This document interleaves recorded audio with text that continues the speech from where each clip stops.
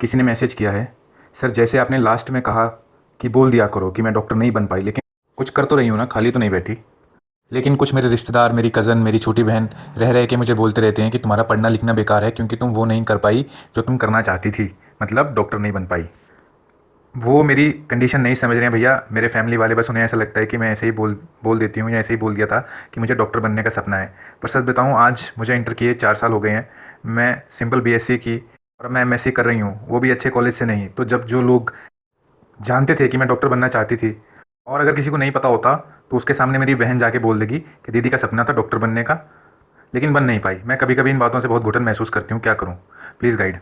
देखिए, आपने ये नहीं बताया कि वो जो रिश्तेदार हैं वो कौन कौन से रिश्तेदार हैं, क्योंकि सभी रिश्तेदारों का जो मनोविज्ञान होता है वो अलग होता है। एक तो तुमने बता दिया कि तुम्हारी कज़न सिस्टर है, एक छोटी सिस्टर है, एक और रिश्तेदार। कौन से रिश्तेदार हैं? क्या वो अंकल आंटी हैं या ऐसे ही हैं? देखिए, सबसे पहले हमें एक चीज़ समझनी है कि देखो, मैं मेन इंपॉर्टेंट बात बताता हूँ। ये जो तुम्हारी समस्या है इसके बारे में तो हम बाद में बात करेंगे। पहली समस्या तो ये है कि अगर कोई ये बार बार बोल देता है, मान लो ठीक है, हम कहते हैं, हम ये एक्सेप्ट करते हैं कि उनकी गलती है, उन्हें क्या मतलब होना चाहिए, क्यों बोल रहे हैं, ये सब गलतियां हैं उनकी। लेकिन यहाँ पे हमें ये भी देखना है कि कोई अगर ये बात बोल भी रहा है तो इससे हमें इतना फ़र्क क्यों पड़ रहा है। ये इसलिए फ़र्क पड़ रहा है क्योंकि हम आत्मिक तौर पर अंदर से कमज़ोर हैं। दुनिया में हमें इस किस्म की स्थितियों का बहुत बार सामना करना पड़ता है। स्कूल में जाएँ, कॉलेज में जाएँ, ये तो कुछ भी नहीं है। जब आप ऑफिस में जाते हो, आप बिज़नेस करते हो, आप ससुराल में जाते हो, शादी हो जाती है। शादी के बाद जो पति पत्नी के रिश्तेदार होते हैं, हम किसी ऑफिस में जाते हैं तो ऑफिस पॉलिटिक्स होती है। दुनिया में बहुत सारी चीज़ें होती हैं। जब आप घर के दहलीज से बाहर निकलते हो तो अजीबो-गरीब अतरंगी लोग मिलते हैं, ऊट-पटांग बोलते रहते हैं। मनोविज्ञान उनका ज़ीरो होता है। अल्पबुद्धि लोग होते हैं, मंदबुद्धि होते हैं। दुनियादारी के नाम पे उनकी जो जानकारी, मनोविज्ञान सिफ़र होता है, शून्य होता है। तो हम अगर ऐसे ही प्रभावित होते रहेंगे तो ज़िंदगी में हम हमेशा ही दुखी रहेंगे, क्योंकि कभी ना कभी कोई ना कोई कुछ ना कुछ बोलता ही रहेगा। मैंने ये चीज़ अनुभव करी है कि मैं, मतलब एक्सपीरियंस मैंने किया है कि आप कभी भी 100 में से 100 लोगों को खुश कर ही नहीं सकते। अगर आप बहुत अच्छी बातें करते हैं, अच्छा काम करते हैं, तो 80% लोग शायद आपसे सेटिस्फाई हो भी जाएँ, 20% उसमें से भी नुक्स निकाल देंगे कि ये कुछ करता है, इसका कुछ अलग ही सोच विचार है, कुछ छिपाता है, दिखावा है। चाहे कोई लड़की कितनी भी खूबसूरत हो, 80% उसको, चाहे उसकी आकर्षण से आकर्षित हो जाएँ, तो 20% ये नुक्स निकाल देंगे कि मेकअप करती है, ये तो है ही नहीं, बेकार ये सब। मतलब आप कभी भी किसी को संतुष्ट कर ही नहीं सकते। वो इस वजह से नहीं कर सकते क्योंकि कुदरत ने सबका दिमाग अलग अलग तरीके से बनाया है। किसी को बहुत समझदार बनाया है, किसी को कम अकल बनाया है, किसी का दिमाग ही थोड़ा सा है, छोटा सा है, उसमें घुसती नहीं है कुछ बात। तो हम सबको सब कुछ नहीं समझा सकते। और अपनी सहूलियत की वजह से अगर हम दूसरों को बदलना चाहते हैं तो ये हमारी अंदर की कमजोरियों को बढ़ाएगी, ये चीज़ कभी कम नहीं करेगी। तो वाकई में अगर आप सच में एक स्ट्रांग लेडी बनना चाहती हो तो दूसरों को बदलने का कष्ट मत करो। बहुत मुश्किल भी है, टाइम भी बहुत लगेगा, एनर्जी भी बहुत लगेगी, और रिजल्ट सिफर, शून्य, ज़ीरो। कुछ नहीं, किसी को बदल नहीं सकते आप। कोई नहीं बदल सकता किसी के कहने से। अगर आप ज़्यादा करोगे तो लड़ाई झगड़ा और बढ़ेगा, और लड़ाई झगड़ा सड़कों पे आ जाएगा। ऐसा ही होता है। अपने आप को बदलना सबसे सही डिसीजन होता है। खुद को इंटरनली स्ट्रांग करना होता है। जब हम खुद को मजबूत कर लेते हैं तो हम किसी भी परिस्थिति में हो, किसी भी मैदान में हो, जीत हमारी पक्की होती है। इंसान बाहर की चुनौतियों से कभी नहीं हारता, अंदर की कमजोरियों से हारता है। और जैसे लोग मेरे को मैसेज करते हैं, तो वो जो टाइपिंग करते हैं, जिस तरीके से अपने मैसेज को फ्रेम करते हैं, जैसे शब्दों का इस्तेमाल करते हैं, जैसे अपनी बातों को एक्सप्रेस करते हैं, तो वो भी एक मनोविज्ञान है। वो उनकी मेंटल स्टेट को दिखाता है, और मैं अच्छे से समझ जाता हूँ कि ये इसकी मेंटल स्टेट क्या है। और आपकी मेंटल स्टेट के बारे में बताऊँ तो सबसे पहले तो जैसे आप में पेशेंस नहीं है, ये आप अच्छे से जानते हो, बिल्कुल पेशेंस नहीं है, नंबर एक चीज़। नंबर दूसरी चीज़ है, छोटी छोटी बातों को लेकर आप बहुत आहत हो जाते हो, बहुत आपको चोट लग जाती है। ये सब चीज़ें जो होती हैं। फिर उसके बाद है कि आप में इन्फीरियोरिटी कॉम्प्लेक्स है। आप इस चीज़ को मानो या ना मानो, शायद आपको पता भी नहीं होगा, इन्फीरियोरिटी कॉम्प्लेक्स है। आप अपना कंपैरिजन शायद अनजाने में लोगों से करते होंगे। फिर आपसे अपनी बात नहीं कही जाती। ज़्यादातर लड़कियां सोचती हैं, आदमी भी हैं लेकिन लड़कियों की मात्रा यहाँ पे ज़्यादा है, वो क्या करती हैं, वो चुप रहना पसंद करती हैं। वो सोचती हैं कि अगर कुछ बोलेंगे तो बात बढ़ेगी, लड़ाई झगड़ा होगा। वो चुप रहना पसंद करती हैं, लेकिन सही मायने में उन्हें अपनी बात ही नहीं कहनी आती, और वो इस तरीके से अपनी इस चुप रहने वाली कमज़ोरी को सही जायज़ ठहरा देती हैं। चुप रहना कभी भी किसी समस्या का समाधान नहीं होता। तो कम शब्दों में मैं आपको यही कहना चाहूँगा कि आपको जो बाहर हो रहा है उसको होने देना चाहिए। आपको अपने अंदरूनी सिस्टम पे, मनोविज्ञान पे, मन पे उसको मजबूत करना पड़ेगा। बोलने के लिए कुछ होना चाहिए। अगर जब हम 4 लोगों में बात करते हैं तो हम क्यों नहीं बोल पाते? क्योंकि हमारे पास कुछ बातचीत करने के लिए ही नहीं होता है। दूसरे लोग बड़ी बड़ी बातें करके हमें चुप करा देते हैं, क्योंकि उनके जितना हमारे पास ज्ञान ही नहीं होता। तो सबसे इंपॉर्टेंट फैक्टर अपने कॉन्फिडेंस को बढ़ाने के लिए आप न्यूज़पेपर ज़रूर पढ़ा करें। अंग्रेज़ी में पढ़ें, अंग्रेज़ी इंप्रूव होगी, क्योंकि अगर सच में तरक्की करना चाहते हैं तो अंग्रेज़ी भाषा की वैल्यू बहुत इंपॉर्टेंट है। दूसरी चीज़ ये है कि किसी भी फील्ड में जाते हो तो आपको उस फील्ड की नॉलेज होना बड़ा ज़रूरी है। आप अखबार पढ़ें, न्यूज़पेपर पढ़ें, न्यूज़ चैनल्स देखें, वहाँ पे डिबेट्स होती हैं, पॉलिटिकल डिबेट्स होती हैं, फाइनेंशियल डिबेट्स होती हैं, सोशल सामाजिक मुद्दों पे उन चीज़ों की जानकारी होगी तो जब आप ग्रुप में बैठोगे तो 2 बात बोल पाओगे, इससे कॉन्फिडेंस बढ़ता है। सबसे इंपॉर्टेंट चीज़ ये है कि अपनी बातों को एक्सप्रेस करना सीखो। हर चीज़ में एक पॉजिटिविटी ढूंढना शुरू करो। देखो, एक धैर्य को अपना बढ़ाओ, हर चीज़ में जल्दबाजी मत किया करो, क्योंकि सब कुछ ज़िंदगी में जल्दबाजी नहीं होता है, सब में जल्दबाजी में सारे काम खराब होते हैं। शांति और धैर्य से आप सब कुछ हासिल कर सकती हैं, सब कुछ जीत सकती हैं, सारी चीज़ें, सारी स्थितियाँ अपने पक्ष में कर सकती हैं। शांति और धैर्य ही एक चीज़ है जिसको आप बहुत आसानी से इस्तेमाल करके सारी कुछ अपने पक्ष में कर सकती हैं। तो ये जो अपनी कमज़ोरियाँ हैं, इसको ठीक करना बहुत ज़रूरी है, क्योंकि दुनिया तो हम बदल नहीं पाएंगे, अगर खुद को ही बदल लें उससे ही हमारा काम बहुत आसान हो जाएगा। तो जो इंपॉर्टेंट चीज़ें हैं वो ये है कि सबसे इंपॉर्टेंट बात तो है कि अपने मनोविज्ञान को, अपनी सोच को बदलना है। लोग क्या कहते हैं, छोटी छोटी बातों को अपने दिल पे लेना ज़रूरी नहीं होता। सारी बातों को नज़रअंदाज, मतलब सारी बातों को नज़रअंदाज जैसे नहीं किया जा सकता, वैसे सारी बातों को दिल पे भी नहीं लिया जा सकता। आपको ये सीखना पड़ेगा, समझना पड़ेगा, सोचना पड़ेगा कि कौन सी बातें आपकी पर्सनैलिटी को इंप्रूव करती हैं, आपके मन को मजबूत करती हैं। उन बातों को रखो, बाकी सब फालतू बातों को जाने दो। हर एरे गहरे को आप, हर एरे गहरे व्यक्ति, बेकार व्यक्ति, जिसकी कोई वैल्यू नहीं, जिसकी कोई इंपॉर्टेंस नहीं, जो अपनी ज़िंदगी में कुछ कीमत नहीं रखता, कोई हैसियत नहीं है जिसकी, आप सड़क चलते आदमी औरत की बातों को मन पे लोगे तो कैसे चलेगा। अब सड़क चलते से मतलब आप कह सकते हो तो मेरी बहन है, क्या वैल्यू है, उसने क्या ज़िंदगी में अचीव कर लिया, वो बच्ची है, वो तुमने कहा छोटी बहन है, वो तुमसे भी छोटी है। यहाँ पे समझना ये है, हमें पहले तो अपने मनोविज्ञान को समझना जरूरी है अगर हम वाकई में जीवन में सफल होना चाहते हैं। बाकी एक बात और बताऊंगा मैं, अगर जो लोग सोचते हैं कि डिग्रियां हासिल कर लो, नौकरियां हासिल कर लो, पद प्रतिष्ठा हासिल कर लो, लेकिन अगर आप अंदर से कमजोर हो तो आप बंद कमरे में रोते ही रहोगे, चाहे दुनिया आपकी कितनी तारीफ करे, वो कोई फायदा नहीं है। वो ये बाहरी चमक दमक का कोई फायदा नहीं है अगर आपका मन कमजोर है। छोटी छोटी बातें आपको चोट पहुंचा जाएंगी, आपके आंसू फूट पड़ेंगे, इन सब का कोई फायदा नहीं है। सबसे पहला काम मन को मजबूत करने का होता है। मन मजबूत कैसे होता है, अपने आप को जानना समझना, खुद से सवाल करना आपको पड़ेगा कि मुझे क्यों इतनी जल्दी दिक्कत हो जाती है। कोई कुछ बोलता तो बोलता रहे, मैं तो समझती हूँ ना अपने आप को। आपको ये समझना चाहिए कि ठीक है, अगर आप में कोई गलती है, आप में कोई कमी है, आपकी कोई आलोचना करता है, आपकी कोई बुराई करता है, तो शांत भाव से, शांत मन से, सम्यक दृष्टि से, सम्यक दृष्टि होती है मतलब आपको ना तो पॉजिटिव जाना है ना नेगेटिव जाना है, न्यूट्रल से, न्यूट्रल पर्सपेक्टिव से उस चीज़ को देखो कि ये जो बात कही है सही कही है कि गलत कही है। आपको फिर दिख जाएगा कि आप में कमियां क्या हैं, आप में अगर कमियां हैं तो उसके ऊपर काम करो। जब आप ईमानदारी से काम करते हो तो किसी को आपको फर्क ही नहीं पड़ता कोई क्या बोलता क्या नहीं बोलता, कि आप सबको तो कुछ समझा नहीं सकते ना। अगर हमारे में कोई कमियां तो हमें ठीक करनी चाहिए। लोगों का क्या है, लोग तो कुछ ना कुछ बोलते रहेंगे। अगर मान लीजिए सपोज आप पढ़ी लिखी हो, लोग बोलते हैं ये तो अनपढ़ है, तो क्या आपको असर पड़ना चाहिए क्योंकि आप तो पढ़े लिखे हो। आप कहते हो नहीं मेरे को दुख लगता है, क्यों दुख लगता है? अगर कोई नासमझ व्यक्ति आपको अनपढ़ बोलता है, आपको दुख लगता है, तो इसका मतलब आप अंदरूनी तौर पे कमजोर हो। अंदरूनी तौर पे आपको कमजोर से मजबूत बनने का आपको सफर तय करना पड़ेगा। वो कैसे होगा? सोच के, दूसरे को, मनोविज्ञान को समझ के कि दूसरा क्या बोल रहा है, क्यों बोल रहा है, उसके पीछे की सोच क्या है। जब हम दिमाग का इस्तेमाल करते हैं, सोचने लगते हैं, तो हमें समझ में आने लग जाता है। जैसे तुम्हारी इसी स्थिति में क्या है, तुम्हारी बहन बोलती है, रिश्तेदार बोलते हैं, कजन बोलते हैं, तो अपनी ही है। तो तुम अपनी बहन, जो छोटी बहन है, सबसे पहले तो उससे बात करनी चाहिए, उससे पूछना चाहिए प्यार से, क्योंकि छोटी बच्ची है, उसे अकल तो है नहीं, उसे तो वैसे भी अकल नहीं है, लड़ाई झगड़ा करने का काम है उसको। उसे शांति से बिठा के उससे दो चार बातें इधर उधर की करके, थोड़ी सी तारीफ करके, किसी भी बात को लेकर उसकी थोड़ी सी तारीफ कर दी, वो थोड़ा सा अच्छा सा मूड बन जाता है ना।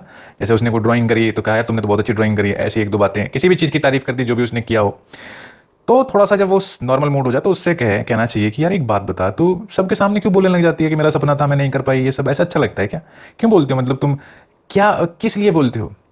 तो यहाँ तो दो ही पर्पज़ होते हैं, या तो तुम्हें इंसल्ट करने के लिए बोलती है सबके सामने, या फिर उसकी वो अंदर का बच्चापन है, इनोसेंस है, मासूमियत है, वो चाहती होगी कि तुम डॉक्टर बनो लेकिन तुम नहीं बन पाई, या स्थितियाँ तुम्हारे पक्ष में नहीं रही, तो वो बस कहीं ना कहीं वो इस बात को एक्सेप्ट ही नहीं कर पा रही है, उसको परेशान हो रही है वो, तो वो निकल जाता है उसके मुंह से। लेकिन वो खुद तो देख नहीं रही कि खुद के क्या सपने हैं, खुद क्या कर रही है, खुद के ऊपर लोग ध्यान नहीं देते, बस दूसरों के ऊपर ध्यान देते हैं। तो अगर तो वो इस बात को लेकर, अगर तुम्हें वो परेशान है, तो उसे इतना समझाना चाहिए कि सब कुछ हमारे बस में नहीं होता है, स्थितियाँ होती हैं, हम स्थितियों के अकॉर्डिंग चलते हैं, क्योंकि बच्ची है, बच्चे को समझाना तो पड़ेगा, सब कुछ हमारे बस में नहीं होता है।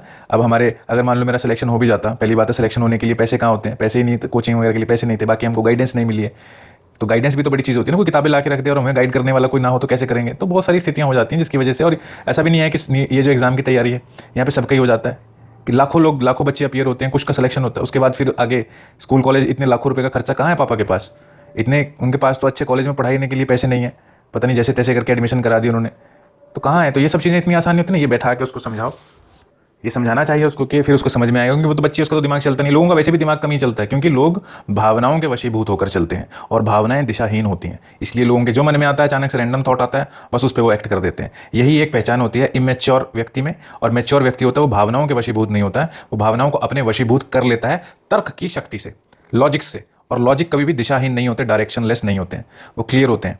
उसके लिए आपको तर्क करना, अभ्यास करना पड़ता है, धीरे धीरे सोच विचार करोगे। लोग तो इमोशनल चिंगम चबाते रहते हैं, ठीक है ना, सोच विचार नहीं करते हैं, बस मुझे ऐसा कह दिया, मुझे ऐसा फील हुआ, उसको ऐसा नहीं कहना चाहिए था, उसने ये कहा, ऐसे ऐसे वो दिमाग में एक मूवी चला लेंगे और उसके खुद ही स्क्रिप्ट राइटर बन जाएंगे, खुद ही डायलॉग सुनाते रहेंगे और इमेजिन करेंगे कि दूसरा उसको सुन रहा है, और खुद ही इस इमोशनल चिंगम को चबाते रहेंगे, निकलना इसमें से कुछ होता नहीं है। इमोशनल चिंगम में ओवर थिंकिंग को बोल रहा हूँ, इसमें थिंकिंग तो कुछ होती नहीं है, इसलिए ये मैंने वर्ड बनाया है, यूज़ करता हूँ। अचानक से एक दिन बात करते करते ये वर्ड निकल गया, तो मेरे को वर्ड सही लगा, तो मैं इसको यूज़ करता हूँ, इमोशनल चिंगम। शायद आपको मिलेगा नहीं है वर्ड कहीं डिक्शनरी में, लेकिन ऑब्वियसली इमोशनल चिंगम ही तो है ये। तो ये चीज़ समझने वाली बात है, आपको समझना पड़ेगा कि ठीक है, उसे समझा दिया। अगर मान लो डिसरिस्पेक्ट करने के पर्पज से बोलते हो, तो उसको फिर से समझाना पड़ेगा कि देखो ऐसे अच्छा नहीं लगता है, हमारे बारे में तुम ये सब बोलते हो, तुम बेइज्जती करते हो मेरी, तो अगर तुम मेरी बेइज्जती करोगी तो डेफिनेटली फिर मेरे को अच्छा नहीं लगेगा, मेरे को अच्छा नहीं लगेगा तो फिर मेरे दिल में जो तुम्हारे लिए प्यार है, रिस्पेक्ट है, केयर है, उस पर असर पड़ेगा ना, उसमें मतलब तुम कमी आ जाएगी। और तुम मेरी सिस्टर हो, मैं तुम्हारी केयर करती हूँ, तो ये सब नहीं करना चाहिए। इन सब चीज़ों को कोई फ़ायदा नहीं है। मैं मेहनत कर रही हूँ, अब जो भी जैसी परिस्थितियाँ हैं उस हिसाब से मेहनत कर रहे हैं कि कहीं किसी दिशा में कामयाब हो जाएं, यही बहुत है। हमारी जो परिस्थिति है, घर की स्थिति है, तो ये सब प्यार से समझाया जा सकता है। वो जो कज़न है, रिश्तेदार है, अगर तुम्हारे से छोटी हैं, तुम्हारी हम उम्र है, उनको भी यही चीज़ समझाई जा सकती है कि देखो ये सब अच्छा नहीं लगता है, हमारी घर की परिस्थितियाँ ऐसी नहीं थी। गाइडेंस भी होती है, सब कुछ नहीं होता। अब कहने लगो कि नहीं फ्री में कोचिंग सेंटर है वहाँ चले जाओ, ये सब कहने की बातें होती हैं। फ्री में कोचिंग सेंटर है या पैसे में कोचिंग सेंटर है, ये फ्री और पैसे की बात नहीं होती है। घर का परिवेश कैसा है, घर में कोई व्यक्ति गाइड करने के लिए है, फिर हमारे पास पैसे भी हैं क्या? अगर एडमिशन हो जाता है तो हमारे पास इतने पैसे भी नहीं है कि कोई इतना खर्चा करके, क्योंकि ये कोई पढ़ाई ऐसे तो होती नहीं 1000-2000 रुपये में पढ़ाई हो जाए। तो प्रॉपरली समझाना, क्योंकि उनकी बुद्धि नहीं है ना, वो सोच विचार कर पाते हैं, तो बिठा के उनको समझा सकते हो। और उम्र में बड़े हैं तो भी उनको कह सकते हो ये सब बातें। लेकिन अगर वो इंसल्ट के पर्पज से बोल रहे हैं ये सब बातें, आपको जलील करने के पर्पज से, तो सिंपल है, इग्नोर करो, क्योंकि फिर वहाँ पे कोई फायदा ही नहीं है। फिर तो अपना सिंपल यही है कि आप एक चुप 100 हराए, ये तो आपने कहावत सुनी होगी, एक चुप 100 लोगों को हरा देता है। आप जवाब ही नहीं दोगे, क्योंकि अगर इंसल्ट करने का पर्पज है तो आप रिएक्ट ही नहीं करोगे, तो धीरे धीरे झुंझला के लोग छोड़ ही देते हैं, लेकिन इस पर तो असर ही नहीं होता। लेकिन आपको ये चीज़ समझनी पड़ेगी कि इतना नाजुक, इतना कमज़ोर, इतने डरा सहमा होना ठीक नहीं है। आपको अपनी मम्मी से भी बात करनी चाहिए इस बारे में। मम्मी को बोलना चाहिए कि ऐसे बोलती है, इसको समझाओ, ऐसे ना किया करे। अगर वो नहीं समझा पाती तो आप अपने तरीके से उसको प्यार से बोल सकते हो। ये चीज़ें आपको एक्सप्रेस करना सीखना पड़ेगा। और किसी से लड़ना थोड़ी, हमने तो प्यार से बात करनी है, इज्जत से बात करनी है। जब आप किसी को थोड़ी इज्जत से तारीफ करके बात करते हो तो लोग सुनते हैं। ये कम्युनिकेशन का एक तरीका होता है बात करने का।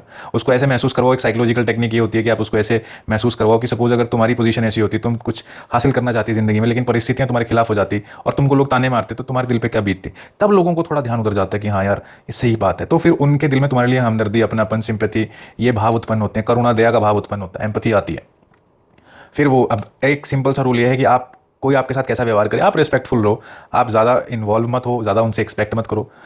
सबकी ज़िंदगी में, सबकी लाइफ में, सबकी जैसे अगर हम बोलें लाइफ है, सबकी स्टोरी है, तो सबकी स्टोरी में कोई ना कोई विलन होते ही होते हैं। हमेशा हर पॉइंट पे आपको कोई ना कोई विलन मिलेगा। घर में, बाहर, आस पड़ोस, दुनिया में जहाँ भी जाओ, कोई ना कोई एक आदमी आपको, 10 में से एक आदमी आपको हमेशा अपने खिलाफ मिलेगा। उसके लिए हमेशा तैयारी रखो। हमें हर किसी को बदलना नहीं होता, हमें किसी को नहीं बदलना, हमें बस अनअफेक्टेड हो जाना है, खुद को इतना स्ट्रांग बना लेना है कि हमें फ़र्क ही नहीं पड़ना चाहिए। और फ़र्क कब नहीं पड़ता, जब हम एक्सपेक्ट करना छोड़ देते हैं। लोगों की अपनी अपनी बुद्धि है, मंद बुद्धि लोग हैं, अल्पज्ञ हैं, अल्प बुद्धि, अल्प मतलब थोड़ी बुद्धि के लोग हैं, सोच विचार नहीं करते हैं, खुद फ्रस्ट्रेशन में। कोई कुछ कहता है, ठीक है आप रिप्लाई करना ही छोड़ दो। पहले तो प्यार से समझा सकते हो कि मत कहा करो, ये सब बातें अच्छी नहीं लगती हैं। लोगों के सामने ये सब बातें कहना अपनी बेइज्जती करवाने वाली बात है, तो मत कहा करो। सपना था, ठीक है, परिस्थितियां ने साथ नहीं दिया, अब मैंने अपना विचार बदल दिया, अब मेरा डॉक्टर बनने का कोई इरादा नहीं है, अब मेरा फोर्स में जाने का है और मैं उसके लिए तैयारी कर रही हूँ। लोग फिर भी अगर तुम्हें नीचे दिखाने की कोशिश करें, आप उनको बहुत ही विनम्रता के साथ इग्नोर कर दो, नज़रअंदाज कर दो।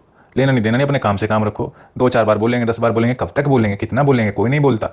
आपको किसी से उलझना ही नहीं है, लड़ना ही नहीं है, अपने मन की शांति बनाए रखनी है और सोचना है कि इनका जो मनोविज्ञान है ये खुद अपनी ज़िंदगी में कुछ कर नहीं पाया। ताने देना, जुबान हिलाना तो बहुत आसान होता है। खुद कौन से पहाड़ तोड़ दिए इन्होंने, खुद क्या ज़िंदगी में उखाड़ लिया। बस ताने मारना तो आसान होता है, दूसरे को नीचे दिखाना, दूसरे को निंदा करना सबसे दुनिया में आसान काम है, कमियां निकालना सबसे आसान काम है। इस चीज़ के लिए आपको तैयार रहना पड़ेगा हमेशा। और धीरे धीरे जब हम इस बात को समझ जाते हैं कि लोग ताने मारेंगे, हमें हर मोड़ पे, हर पल, हर कदम पे मिलेंगे ताने मारने वाले, साथ देने वाले नहीं मिलेंगे, फिर हम एक्सपेक्ट करना छोड़ देते हैं और हम पे असर होना खत्म हो जाता है। लेकिन अपने कॉन्फिडेंस पे काम करते रहना है आपको हमेशा, क्योंकि जितना आप काम करोगे उतना आप निखरोगे, आपकी पर्सनैलिटी निखरेगी। फिलहाल जो मैं समझ पाया हूँ आपके मैसेज से, आपकी जो पर्सनैलिटी है बिल्कुल बहुत शानदार नहीं है, बेकार पर्सनैलिटी कही जा सकती है। बहुत इसको निखार की और पॉलिशिंग की ज़रूरत है, रिफाइनमेंट की ज़रूरत है। एक आत्मविश्वास नहीं है, बात कह नहीं पाते हो। अभी तो हम टेक्स्ट में बात कर रहे हैं, तुम टेक्स्ट में लिखते हो, अगर तुम मेरे सामने होती ना तो इतनी बातें जो तुमने टाइपिंग कर दी ना, ये मेरे सामने बोल नहीं पाती तुम, इतना तुम्हारे में वो कॉन्फिडेंस ही नहीं है। तो इस पर काम करो, एक दिन में नहीं होगा, धीरे धीरे होगा, थोड़ा थोड़ा करोगे, साल 6 महीने में तुम्हारी पर्सनैलिटी में निखार आएगा। लेकिन करना तुमको ही पड़ेगा।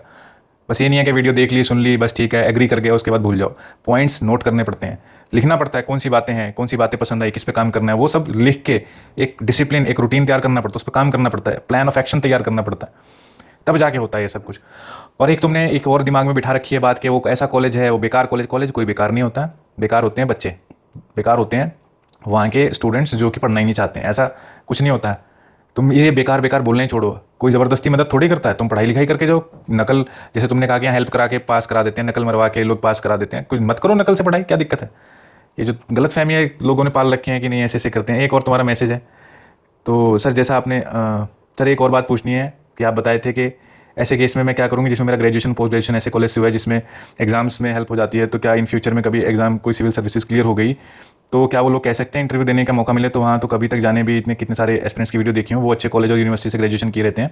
और मेरी तो यूनिवर्सिटी और कॉलेज दोनों ही सही नहीं है। अगर लोग मार्कशीट देखेंगे तो तुरंत बोल देंगे कि इस कॉलेज से है, प्लीज़ आप बताएं इस कंडीशन में सिविल सर्विसेज के एग्जाम की तैयारी करूँ। देखो, कभी भी कोई भी व्यक्ति स्कूल या कॉलेज या डिग्री यूनिवर्सिटी नहीं देखता। हाँ, यूनिवर्सिटी टॉप क्लास है तो एक अच्छा इंप्रेशन तो पड़ता ही है, लेकिन अगर यूनिवर्सिटी टॉप क्लास की कैटेगरी में श्रेणियों में नहीं आती तो लोगों को फर्क नहीं पड़ता, बस वो मान्यता प्राप्त होनी चाहिए। जो टॉप क्लास यूनिवर्सिटीज़ हैं उनकी ही वैल्यू है, जो टॉप क्लास नहीं है उनमें सब कई लोग ऐसे ही अज्यूम कर लेते हैं, तो बस यहाँ तो ऐसे ही फालतू ही हैं। लोग एक दूसरे से नकल वगैरह करके पास हुए होंगे या गड़बड़ करके हुए या नहीं हुए उन्हें मैटर नहीं करता। देखो, इंटरव्यू लोग किस लिए लेते हैं? इंटरव्यू आप चाहे प्राइवेट हो चाहे सरकारी हो, वहाँ पे यही चेक किया जाता है कि ये व्यक्ति नकल मार के तो पास नहीं हुआ, पढ़ लिख के तो हुआ है। वहाँ पे कॉलेज नहीं, नॉलेज देखी जाती है। आप घटिया से घटिया कॉलेज, एक गांव के कॉलेज से पढ़ाई लिखाई करके आते हो, ठीक है, तब भी आपकी इंटरव्यू होगी। और आप शानदार कॉलेज से यूनिवर्सिटी से पास आउट होते हो तब भी आपकी इंटरव्यू होती है। शानदार कॉलेज से यूनिवर्सिटी से आते हो लेकिन इंटरव्यू में कुछ बोल नहीं पाते हो, आप रिजेक्ट हो जाओगे। आप बेकार से बेकार कॉलेज में आते हो जो कि कम से कम एफिलिएटेड है, चाहे उसकी बिल्कुल बेकार है, उसका नाम बेकार है, वो बदनाम है, ठीक है, लेकिन आप वो जो इंटरव्यू ले रहा है आपका, वो आपको देखता है, वो देखता है कि इसमें नॉलेज है, उसका एक्सपीरियंस है, वो ऐसे क्वेश्चंस पूछेगा, आप जवाब तभी दे पाओगे अगर आपका कंसेप्ट क्लियर होगा। तो अगर वो सेटिस्फाई हो गया तो ठीक है, उसे क्या चाहिए? उसे तो वही चाहिए ना जिसने पढ़ाई लिखाई करी है। अब जरूरी तो होता नहीं है कि सारे बेकार कॉलेजेस में जितने भी बच्चे हैं सारे बेकार होते हैं, सारे नकल मार के पास होते हैं। कुछ लोग स्टूडियस भी होते हैं, ईमानदार भी होते हैं। और ऐसा भी नहीं होता कि सारे यूनिवर्सिटी जो अच्छे यूनिवर्सिटीज़ में सारे के सारे वहाँ पे ईमानदार लोग होते हैं, वहाँ पे भी करप्ट लोग होते हैं, वहाँ भी नकल मार के पास होते हैं। तो ये इंटरव्यू का पैमाना बनाया ही इसलिए गया है ताकि लोगों की नॉलेज चेक की जा सके, कितना ज्ञान लेके आए हैं, कितनी रियल नॉलेज है। तो ये होता है। तो इसलिए यहाँ पे मैटर ही नहीं करता तुम्हारा कॉलेज कौन सा है क्या नहीं है, उनको कुछ मतलब नहीं, उन्हें तो बस डिग्री देखनी है कि डिग्री है। अगर मान लो क्वालिफिकेशन रिक्वायर्ड, मान लो तुम किसी नौकरी पर्पस जाती हो जहाँ पे ग्रेजुएशन की डिग्री चाहिए कम से कम या पोस्ट ग्रेजुएशन की चाहिए, तो उन्होंने सिर्फ ये देखना है कि इसके पास पोस्ट ग्रेजुएशन की डिग्री है नहीं, वो कॉलेज देखते नहीं है। उसके बाद उन्होंने तुमसे सवाल पूछनी है ये देखने के लिए कि तुम्हें नॉलेज भी है कुछ या नहीं है, तुम समझ के आई हो कंसेप्ट या रट्टे मार रखे हैं या क्या कर रखा है तुमने। तो अगर वो तुम्हारे सवालों से, तुम्हारी बातों से, तुम्हारे एक्सप्लेनेशन से कन्विंस हो गए तो तुम्हें रख लेंगे, मैटर ही नहीं करता कॉलेज। ये मैं बात कन्फर्मेशन के साथ बोल रहा हूँ। मैं कोई भी बात बोलता हूँ कन्फर्मेशन के साथ ही बोलता हूँ, फालतू हवाई बातें मैं करता नहीं हूँ। ज़िंदगी का काफ़ी अच्छा खासा एक्सपीरियंस है, लगभग काफ़ी फील्ड्स में अच्छा खासा एक्सपीरियंस है, और जिसमें नहीं है तो उस फील्ड्स में मतलब जान पहचान है, पब्लिक डीलिंग काफ़ी की है लाइफ में, इसलिए काफ़ी अच्छा नॉलेज है मेरे को। और तभी मैं बोल सकता हूँ, जो भी मैं बोलता हूँ वो सभी किसी न किसी एक्सपीरियंस के आधार पे होते हैं। या तो मैंने खुद कोई कुछ लाइफ में किया होगा, अपना एक्सपीरियंस होता है, या लोगों का एक्सपीरियंस होता है, जो मेरे यार दोस्त हैं, जो मेरे पास कंसल्टेशन लेने के लिए लोग आते हैं, तो सब कंफर्म्ड इन्फॉर्मेशन ही होती है। इसलिए अब तुम्हें क्या करना है, भाई बहन अंकल आंटी जो बोलते हैं उनको इज्जत शान से बोलने दो, और आप इसको सकारात्मक तौर पे देखो कि मुझे रिएक्ट ही नहीं करना और मुझे खुद को मजबूत करना, इतना मजबूत करना है कि ये कुछ मर्जी दें, गालियां तक बोलें, मेरे ऊपर असर नहीं पड़ना चाहिए। मुझे रिएक्ट नहीं करना, मुझे खुद को मजबूत बनाना है, मुझे किसी को नहीं बदलना। ये अपने अंदर आप एक एटीट्यूड लेके आओ, नंबर एक चीज़। और दूसरी चीज़, अब मन लगा के पढ़ लो, दिल लगा के पढ़ लो। कॉलेज का ये दिमाग से निकाल दो कि अच्छा कॉलेज है बुरा कॉलेज है, तुम अपना भविष्य खराब कर लोगे इस चक्कर में। कॉलेज किसी ने नहीं देखना है, तुम्हारी नॉलेज देखनी है, बस नॉलेज पे काम करो। जो भी एग्जाम है उसका सिलेबस के अकॉर्डिंग पढ़ाई करो, सिलेबस इंपॉर्टेंट होता है। ये मैंने काफ़ी इंटरव्यूज़ में देखा है, लोग बताते हैं कि सिलेबस के अकॉर्डिंग पढ़ना चाहिए और मन लगा के पढ़ो। बहन क्या कहती है, भाई क्या कहता है, शोर मचाते हैं, जैसे तुम बोलते हो छोटी बहन, शोर मचाने दो, छोड़ो, इग्नोर करना सीखो।